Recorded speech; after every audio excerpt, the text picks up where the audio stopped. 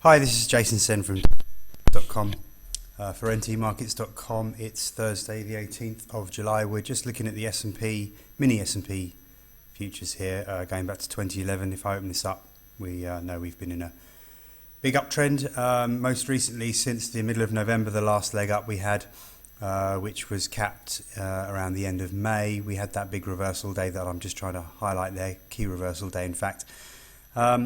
We've spent the last month or so recovering from that, and we're back up around these previous highs. The high for the mini S&P is exactly 1685.75.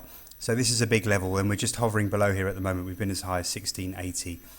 We're running out of steam. We are very overbought on the daily stochastics, so there is a risk here of a double top pattern, something we've got to be aware of.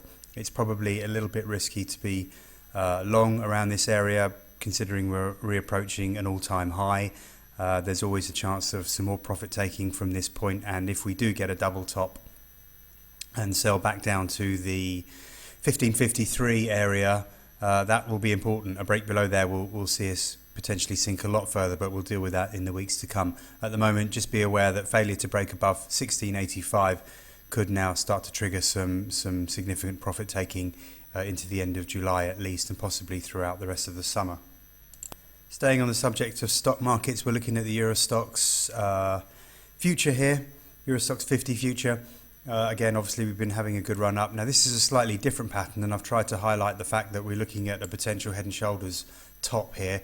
You can see the curves showing the left shoulder, the head, and the right shoulder. This does look like quite a significant pattern. Again, we're overbought on the daily stochastics, and if this does play out, we're going to be heading back towards the neckline at 2488. It's not until we break the neckline that we get confirmation that is a head and shoulders topping pattern, but be aware of that. We could again sink back lower down to 2488 area. Only really a close above the Fibonacci retracement level of 2711. We need to see a significant close above there.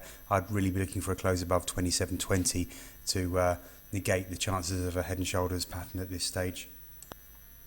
FTSE 100 futures, similar sort of thing to the Euro Stoxx, slightly different head and shoulders pattern, but still head and shoulders pattern nonetheless. We've got the right shoulder, the neckline at least, lower than the left shoulder, but I mean you can see clearly this could be a head and shoulders pattern building. So unless we can break above the July high of 66.04 and preferably close above there, there is a risk that we're going to sink lower. Just watch the 100-day moving average at 64.10.